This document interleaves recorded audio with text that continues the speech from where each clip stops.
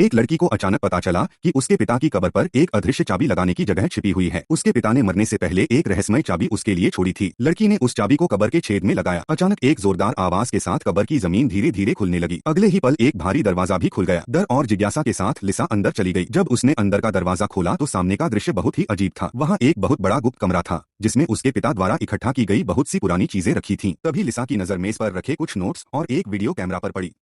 Notes पढ़कर वह समझ नहीं पा रही थी कि उसके पिता ये सब क्यों कर रहे थे।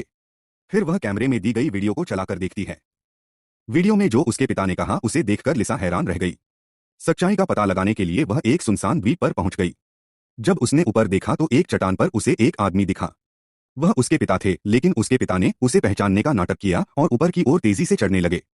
लिसा उनका पीछा करती हुई ऊपर पहुंचती।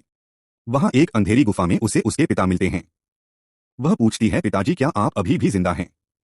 उसके पिता उसे तब तक कुछ नहीं बताते जब तक वह उनके खास इशारे को नहीं करती। तब पिता को विश्वास हो जाता है कि वह उनकी बेटी है। फिर वे उसे बताते हैं कि वे यहाँ 10 साल से रह रहे हैं ताकि एक प्राचीन कब्र की रक्षा कर सकें। उस कब्र में एक रानी की लाश है जिसे मृत्यु की देवी कहा जाता है। अगर कोई उसे छुए तो वह मृत्यु फैला देती है, इसलिए उसे इस टापू पर बंद किया गया है। लेकिन उन्हें नहीं पता था कि सांग ब्याओ नाम का एक लालची आदमी वहां छिपा हुआ था। वह कब्र का दरवाजा खुलवाने के लिए लिसा को धमकाता है और उसके पिता के सिर पर बंदूक तान देता है।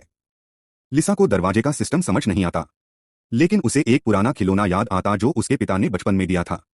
उसी की तरह दरवाजे को खोलने का तरीका उसे याद आ जाता है और वह सफलतापूर्वक दरवाजा खोल देती है। सभी लोग रस्सियों के सहारे अंदर उतरते हैं। सांग ब्याओ लिसा को आगे चलने को कहता है। कुछ दूरी पर चलते ही एक जाल चालू हो जाता है, लेकिन तुरंत कुछ नहीं होता, इसलिए सब निश्चिंत हो जाते हैं। तभी अचानक कई लोग मर जाते हैं। सभी डर जाते हैं, लेकिन आगे बढ़ते रहते हैं। नीचे हजारों लाशें पड़ी होती। एक कमरे में उन्हें एक ताबूत दिखता है। सांग ब्याओ सोचता है कि इसमें अमरता का राज है और वह उसे खोलने का आदेश देता है। ताबूत खोलते ही वे सब हैरान रह जाते हैं। अंदर रानी की लाश ऐसे रखी थी जैसे वह अभी सोई हो, लेकिन जैसे ही लाश हवा से छूती है सड़ने लगती है। फिर भी सांग ब्याओ उसकी एक उंगली तोड़ लेता है ताकि उसे बेच सके। लड़की और उसके पिता उसे रोकते हैं। गोलीबारी होती है। सांग ब्याओ को मारने के बाद पता चलता है कि उसके पिता वायरस से संक्रमित हो गए हैं। वह अपनी बेटी से कहता है कि वह भाग जाए और फिर खुद को और जगह को बम से उड़ाकर सबको बचा लेता है। बाहर निकलते समय लड़की की फिर से सांग ब्याओ से टक्कर होती है। दोनों के बीच लड़ाई होती है। आखिर में लड़की उससे रानी की उंगली छीनकर खुद खा लेता है कि कोई और उसे इस्तेमाल ना कर सके। तभी टावर गिरने लगता है और मकबरा ढहने लगता है। आखिरी पल में लड़की किसी तरह बाहर निकल जाती है। वायरस हमेशा के लिए वहीं दफन हो जाता है।